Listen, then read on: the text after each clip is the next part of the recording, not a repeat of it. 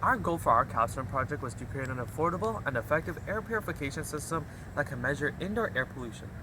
This pollution, also known as particulate matter, or PM for short, consists of dust, smoke, allergens, and viruses that can be critical for human health and its respiratory systems. We solved this problem by first measuring the pollution and then filtering it through our system. This project helped us demonstrate some of the STEM curricular competencies in electronics, robotics, and taking scientific measurements useful for post-secondary education in the STEM fields. We built our air purification system by putting together and coding our Arduino-based particle sensor, then attaching a highly rated MERV 13 air filter to a common 20 by 20 fan.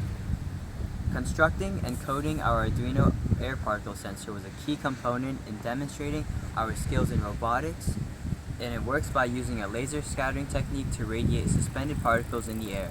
When a laser beam strikes a particle, the light of the beam is scattered and is measured to calculate the concentration of particles in the air sample. The microprocessor calculates the equivalent particle diameter, as larger particles tend to scatter light more than smaller particles. It finally displays the levels of concentration of particulate matter in micrograms per cubic meter of air, in PM1, PM2.5, and PM10. Air filters from big box stores use either a MERV rating or NPR rating to measure its effectiveness in filtering fine particles. These air filters are usually made by spun fiberglass that create a fine mesh-like surface where the air will go through and trap different sized particles.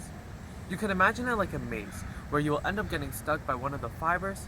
Larger particles greater than 10 micron in diameter will be trapped and stopped in between the fibers of the filters as they cannot fit through, while medium-sized particles will be attached or captured by the fibers through interception or inertia as the particles fly through the filters.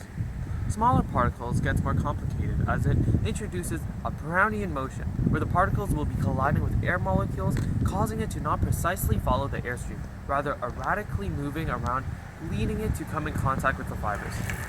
Although the effectiveness of an air filter is important, it is also important to consider the airflow of the air purifier to make sure that the particles are going through and getting trapped into the filter, as a higher MERV or NPR rating tends to be more resistant to airflow.